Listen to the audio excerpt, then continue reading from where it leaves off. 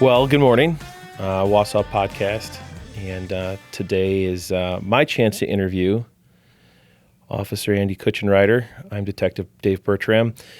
We were on here a couple months ago chit-chatting, and the roles were reversed. Yeah, the weather was a lot nicer then. Yeah, it's cold today. Mm-hmm. So I guess we kind of can do the same thing we did last time, kind of a who are you, where'd you come from, why are you here, you know. I think you're a Wausau original, right? You were born and raised here? Yeah, I was born and raised here. So I'm a school resource officer at Wausau PD. My name's Andrew Kutchenriter. My last name is German, if you couldn't figure that out. Have no clue what it means. I've been told it means a variety of different things. I don't think any of them are correct. As far as, I guess, what my history is, I am the product of pretty much a single mother upbringing. My father, I believe he's Nigerian. He was an exchange student at UW-Stevens Point. I've never met him. As far as my upbringing goes, I was raised in Wausau for a considerable amount of my childhood. We did leave the Wausau area. My mom took me to San Diego. Oh, wow. When I was a baby. And I grew up in the San Diego area for probably about 3 years of my life until I was about 4, and we moved back to Wausau. My little brother was born when I was 4, and it was my brother, Antoine, me, and my mom until I was about 12, 13 years old. My mom married. I was a teenager. When she remarried, I was not very fond of my stepdad, as most 12, 13-year-old whippersnappers tend to be. And that kind of fueled a lot of the changes that I went through as a teenager. I started really having a lot of teen angst and started committing various delinquent behaviors. Fortunately, very few of the delinquent behaviors that I was involved in ended up getting me caught, and I started wondering, like, what am I going to do with myself? Sure. You know, like, and I think for you, Dave, like your trip into the military was probably pretty similar to mine. Like, you kind of just wondering, like, what am I going to do with myself? I don't know what I'm going to do, right? Yeah, I mean, I had an idea that I wanted to do that, and high school came to an end, and it was like, I'm going to go adult over here. Yeah, and it's very similar for me too. I knew that I wasn't getting along with my stepfather. I knew if I stayed in the area, I wasn't sure what I was going to do to provide for myself. I figured I probably am not going to be allowed to freeload off of my parents for very long. I better figure something out for myself. So the summer of my junior year of high school, and I'm a DC Everest grad, but that summer I went to the Army recruiting station, never bothered talking to the Marines, the Navy, the Air Force. I went to the Army guy, and I said, hey, sign me up. He said, hey, you betcha. So, because what year would that have been? That was 2001. Yeah, so that was summer of 2001. I signed up in 2002, so they were, if you had 2 legs and 2 arms and could go like this, they were taking anybody they could. So yep, and that was very much the case for me. He's like, you want to be a soldier? Hallelujah, sign the paperwork. And so I enlisted in the delayed entry program, just like you did, right? The fall of 2001 would have been my senior year of high school, and of course that's when 9/11 happened. And I mean, very much a flashbulb moment in my life. I remember exactly where I was. I was in Mrs. Peterson's social.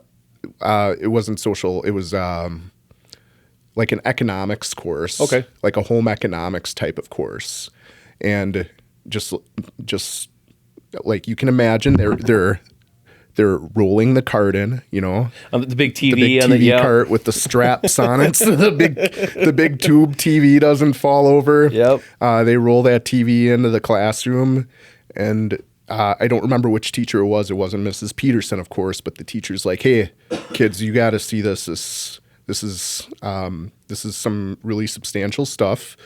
So we're watching. I think the first plane had already hit one of the towers, and I watched the second plane hit the other tower in my home economics class. And then during passing time, some of my classmates were aware that I was already enlisted in the Army, and they're like, "Oh, you're going to war now." And I was like, "Yeah, I'm going to war now, I guess." Yeah.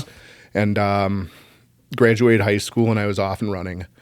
But yeah, I mean, in a nutshell, born and raised in Wausau, spent some time in California, product of a single parent household until I was about 13. Yeah.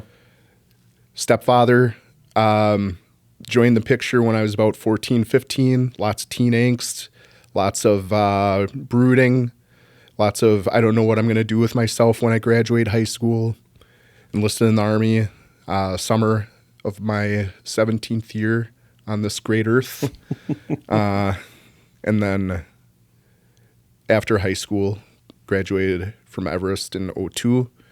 I ended up shipping out to initially, I think it was Georgia. No, initially it was South Carolina. So when you graduated, how long from the time you graduated until you were at basic? Yeah. So graduated the first week of June. I was on a plane. I was on a plane to South Carolina, July 10th. Okay. Very similar to me. About a month. Yeah. About a month after graduation. It was very fast. Yeah. I think that in a lot of ways, in terms of the transition from graduating high school to joining the military for our age group, that early 2000s graduates, I think that's a story for a lot of us. For whatever reason it was to join, we all obviously joined around the same time, but it was like graduate, go. Mm-hmm. I served with, at least a half a dozen people that I graduated with in one form or another. So, yeah, and I mean, sadly for me, I think at the time that I joined, and my social group was really small. I didn't have a lot of really close friends. I got along with pretty much everyone I went to school with, but I'm kind of an introvert, and I've always kind of kept a very small group of friends very close. I didn't end up shipping out with anyone I knew. When I went to basic training, everyone that I was in basic training with was from all over the country. So I met and made a lot of really great close friends from Pennsylvania, Sacramento, California was where one of my close friends was from. Lake Charles, Louisiana, Houston, Texas. It's kind of cool, Atlanta, right? Georgia. So on the Marine Corps side of the house, there's like a dividing line in the country. So I forget where that line is, but pretty much anything west of that line goes to San Diego. Yeah. And then anything east goes to Parris Island. But and where was it that you ended up going again? Were you San Diego? Yeah, I was MCRD San Diego. Yeah. So I mean, some of my close friends I made out there were a bunch of guys from Texas, Yep. a couple guys from Montana, I think it was, a bunch of guys from California and Nevada. So it's interesting, you come from like small town Wisconsin, and then you meet all these guys, some of them from small towns in different areas, but you build these friendships, and these you have these comrades for life, essentially. Yeah. And I mean, a lot of the decisions I was making at an early age, I didn't really understand why I was making the decisions I was making. And I'm not necessarily talking about like the delinquent behaviors and things like that, but like enlisting in the Army, not doing any research into any of the other service groups, not looking at tech college. I just I made the decision and I went with it, Yeah. I didn't join the Army for any specific grand purpose other than I don't know what I'm going to do. This is going to give me a chance to figure it out. You know, I didn't, my grandpa served in the Air Force during, like the Korean War time frame. But I mean, we didn't have in my family background, we didn't have like this history of service in the armed services that I was aware of. So I can't honestly say that I joined the Army for anything more than, kind of an incubation period to figure out what I was going to do as an adult, and then the money for college. Once I shipped out though, and once I experienced basic training at Benning, Georgia, and started meeting people from other parts of the country, I started growing up substantially. I really started to develop this sense of like national pride and commitment to service, duty. I ate up the Army core values. Yep. The hook, line, and sinker. I was all about the loyalty, duty, respect, selfless service, honesty, integrity, and personal courage. I lived that until I separated from the military in 2006. It was an outstanding opportunity for me, and I just kind of fell into it. And that's how a lot of my life has been. Like, I don't necessarily have these plans that I make and pursue these goals. Like, I'm very ADD about like the decisions I make in my life. And I'm like, that sounds good. I think I'll do that. Yeah, exactly. Like, oh man, I'll go to college now. I'll go to Stevens Point because that's pretty close to Wausau. Sure. I'll go do that now. And I've always been pretty fortunate that the things that I decide to do, I work hard. So, I mean, I'm not just being given things, but usually when I make the decision to do something, it works out well for me. And I think that's something that the military across the board really instills into us, is that you have to work hard, right? Even if you don't want to work hard in the military, you're going to work hard in the military. Yeah, someone will encourage you to work hard, you know. But if you can harness that ability to buckle down and do your job, you know, like when we, you know, you and I have similar stories, and I think the military is not my life, but it set me up for life. It did. You know, and I feel like that kind of gave you a bit of a compass.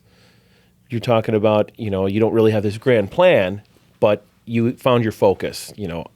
Oh, I'm going to do this, and then you're going to finish it. Yeah. And I think that's the thing too. I'm going to finish it. Yeah. You mentioned I'm going to finish it. Like, pretty much everything that I've ever set my mind to, even if I haven't like put a lot of planning into it, once I divert and take that road that I plan on traveling, all in. I'm in. Yeah. Like, I finish it. So that's awesome.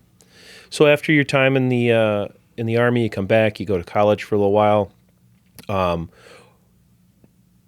What'd you do in between that time, between leaving the military and becoming a cop?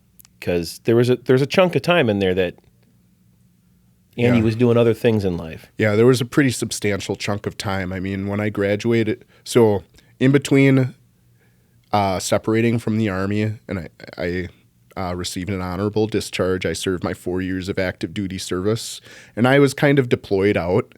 I had already deployed twice to Iraq, once for a pretty short stint, about 4 months, the other time about 10 months. So I spent 14 months of my 4-year enlistment in Iraq.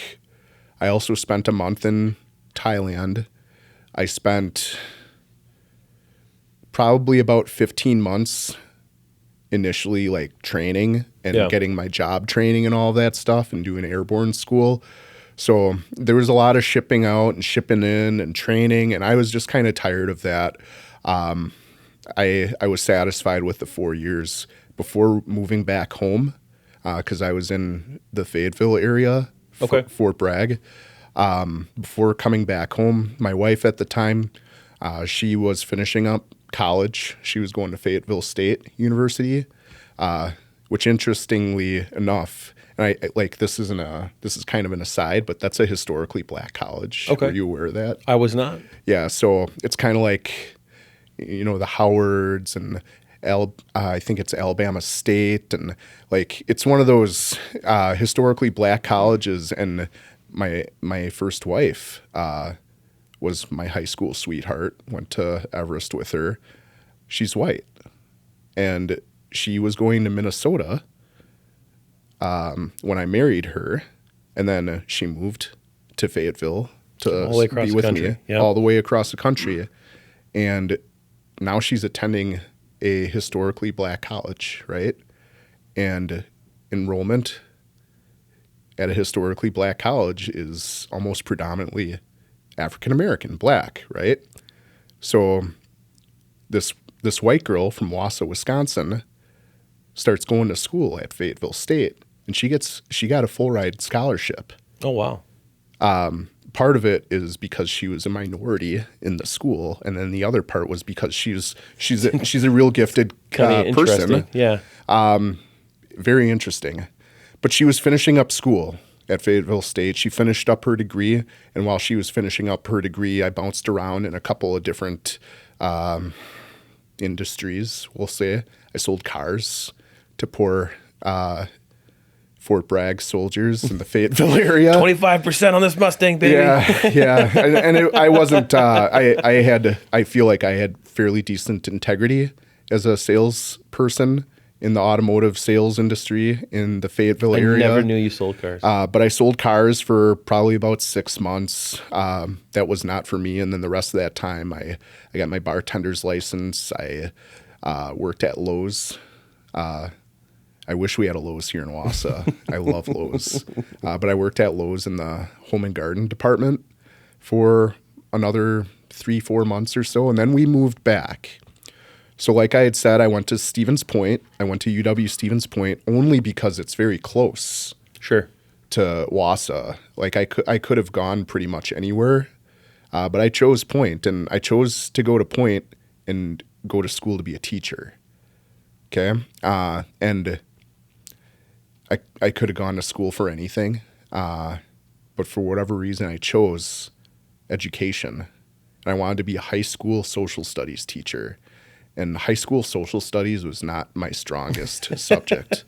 I think the military kind of enhanced my thirst for knowledge in the areas of history and psychology. Sure. And so I finished up about 5 years worth of classes, about 155 credits or so, which is a lot of college coursework in 4 years. Okay. And that also included my semester of student teaching, where I student taught at DC Everest.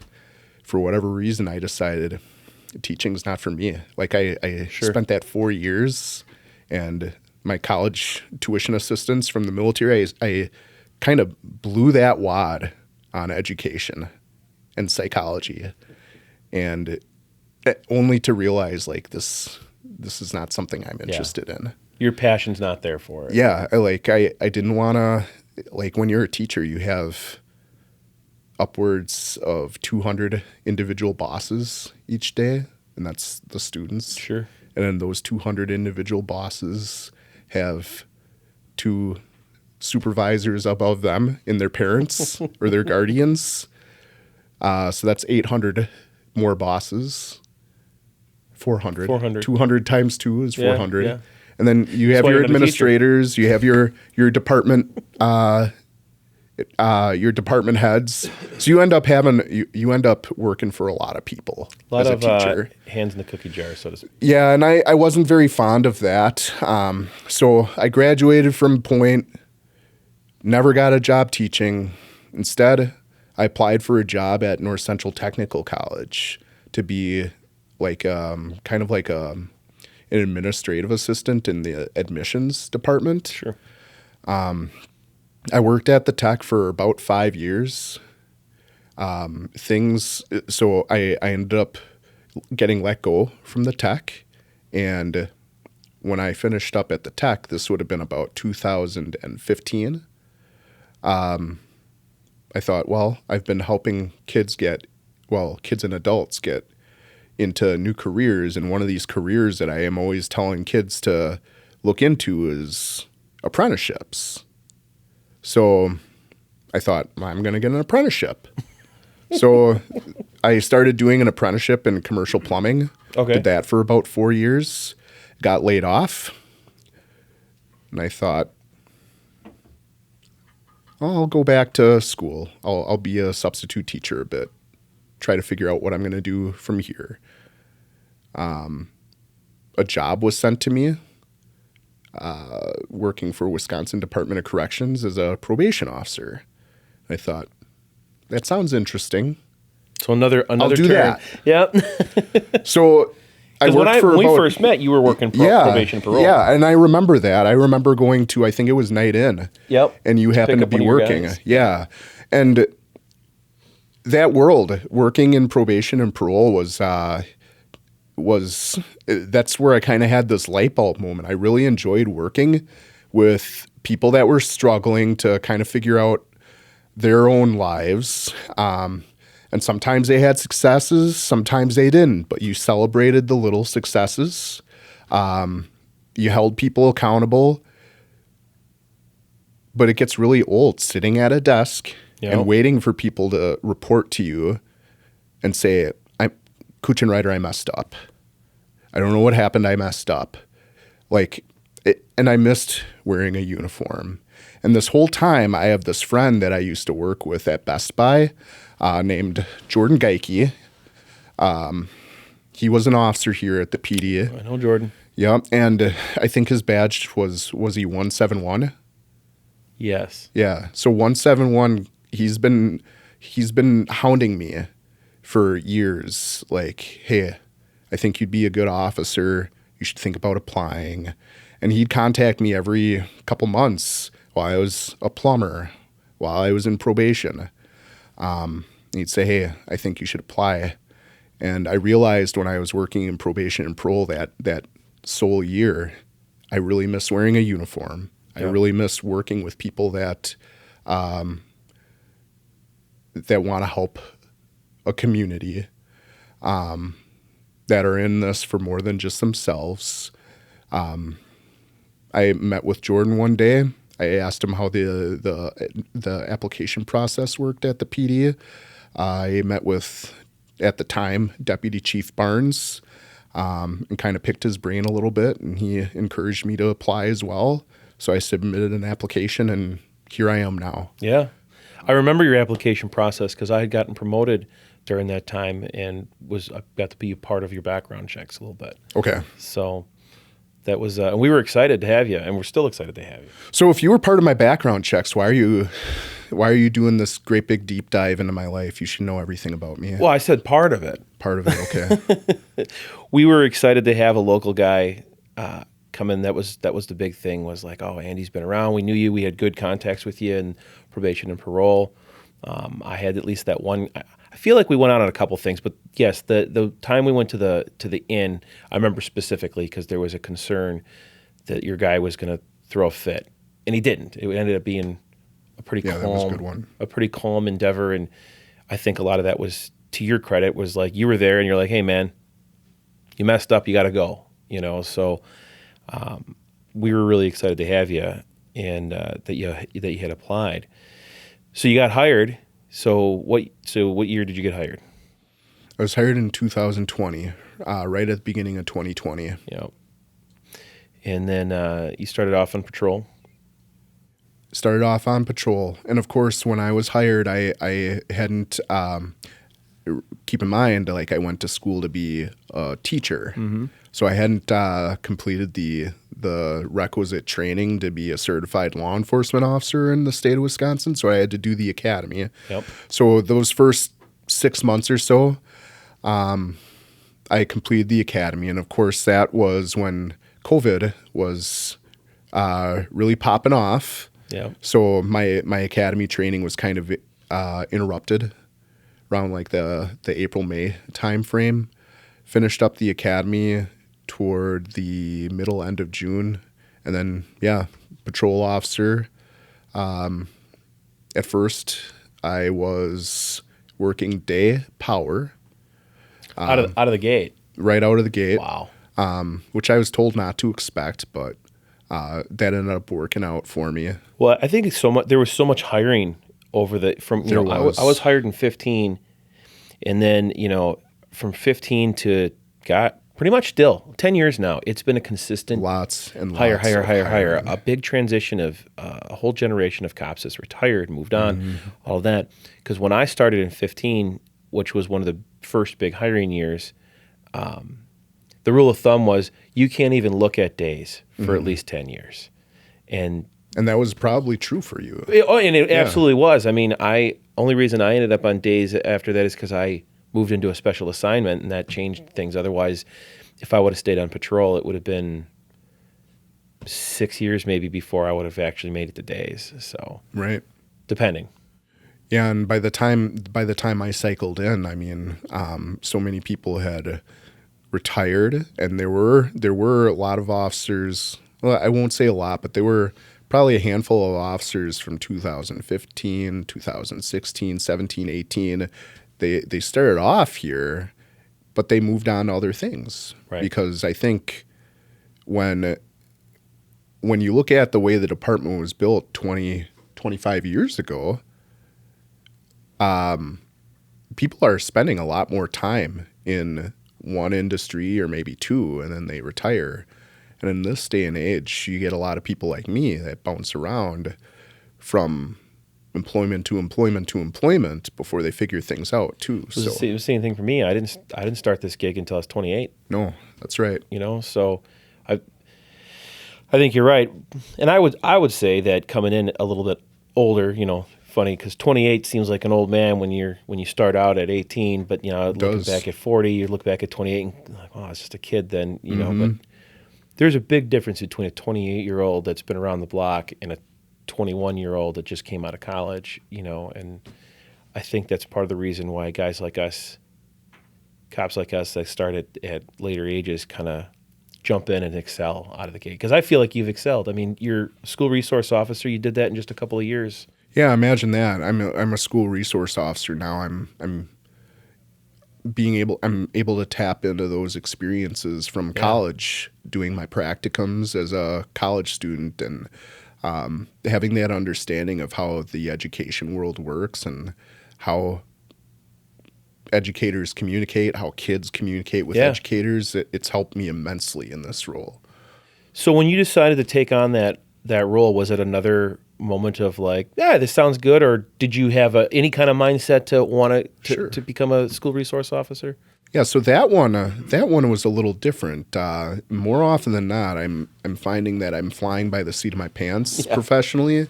But when I was a plumber, periodically I'd visit my wife, Christina, who was a teacher at John Muir.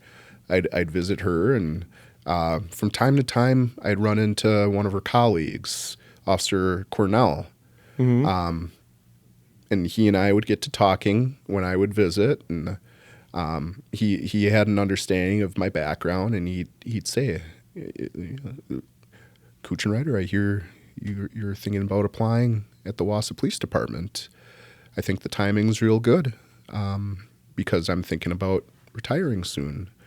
And I know your background. I think you'd make a really good school resource officer. So when you're ready, you should think about doing some shadows with me. So Kevin kind of planted that seed. Kevin was planting the seed for me before I even started at the PD. And he was, I feel like to an extent he was right. It was a pretty hand in glove fit for me. I would agree. And I think that's a tribute to Kevin. Sure. Well, those are some big shoes to fill, and I got to say, I think enormous. You filled them greatly. I mean, those kids love you to death, and you seem like you're having, every time I see you, you seem like you're just loving life when you're at work. Yeah, I think the majority of students, I think that they really do enjoy having me in the building with them. I really enjoy being in the buildings with the kids. It's really easy to have a good day as a school resource officer because there will be problems and there will be kids that, violate the law or they violate student conduct, and you have to investigate those matters. But in the grand scheme of things, they're children. Children are supposed to make mistakes. And more often than not, the stakes for the mistakes that a child is making, they're quite a bit lower than the stakes that our adult offenders might make, Absolutely. right? So it's pretty easy to keep things in perspective. It's pretty easy to have a lot of patience for these kids because like they're still like it's very easy for me to put myself in their shoes. Sure. It's very easy to think back those 35 years now and remember like these kids are no different than me. Right. Like some of these kids, they have really rough home lives. And I wouldn't say that I had the worst upbringing, but we didn't have a car until I was like 14, 15 years old. We were walking everywhere, taking public transportation everywhere. My mom worked third shift, so I was unsupervised substantial portions of my day. Like I get it, and I get where these kids can sometimes be coming from. I've seen domestics in my household. It's easy to draw from my own experiences and have some empathy for what the kids are going through, and it's easy to keep things in perspective. Absolutely. Changing gears just a little bit, a little more lighthearted in this one. What does a school resource officer do during the summer when you're not at the school? I'm sure lots of people wonder, do you just get the whole summer off like teachers, which we know teachers don't actually do that because they're doing lesson planning. So what does a school resource officer do during the summer? So over the summer word to the wise, teachers for the most part do get their summers off. Okay. Because every morning when I get up in the summer, my wife is making fun of me for having to go to work, and she gets to go up north with the kids, I mean, she's supervising. I've got a 9 and a 3-year-old, and they're a handful. Like, she's still working. She's probably working harder as a mom at home over the summer than she is during the school year, if I'm being honest. But she does get her summers off. Me, I do not necessarily get my summers off. Every school resource officer is a little bit different. Some of us will still work for the district or with the district over summer school, and we'll do some higher level planning in terms of safety and threat assessment, management, and things like that over the summer. This past summer, I helped out with our community service officers. I wouldn't necessarily say I was like their supervisor or anything like that, but I helped them get acclimated with the police department. I responded on some calls with them. I helped them kind of learn the ropes of what it is to do their job and how to do it, and helped with kind of training them in their initial going. There's a lot of work that I can do on my school resource officer materials. We do teach in the schools during the school year, and I can be doing things to freshen up my lesson plans to get continuing education so that I'm current on the different things that kids are getting themselves into that I might need to address. So your education background does blend in. It's still coming in nicely with law enforcement. Yes, it is. Well, I guess I'll leave you. We can wrap some of this up with one final question. Then, all your life experience, and then coming from this area, like, do you have any words of encouragement to any other local men or women that might want to be cops in the hometown they grew up in? Like, what's a perk of being from here and now being a cop in this area? I think ultimately I take a lot of enjoyment out of seeing the changes for the positive that I see happening in my community on a day by day, week by week, month by month basis. It's easy to get lost in the problems in your community, especially when you're working in your community that you grew up in, and you see how the community has changed so much. And I hear a lot of the time people that in our community say, this place has really changed. You remember how it was 20, 30 years ago? It was not like this. And they're absolutely right. It wasn't like this, but there are a lot of wonderful things happening in our community. I think sometimes we get wrapped up in news stories that come out, or Sure. information that gets out to the public about, some of the drugs in the community, or, maybe there's the potential for people from certain gangs being up in our neighborhoods, passing through as they go up north, or, there's stuff like that gets out to the community. And I think it's pretty easy to tap into that information we receive. I think they call that the availability heuristic from my psychology days. It's pretty easy to hear these newsworthy stories and think, oh my gosh, things are so bad around here.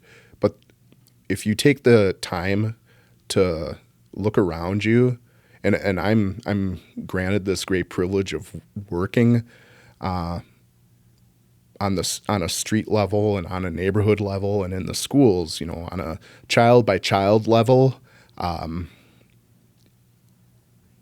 There's some wonderful things happening in our community. We've got some wonderful kids in our community that are that have some great things in store for them.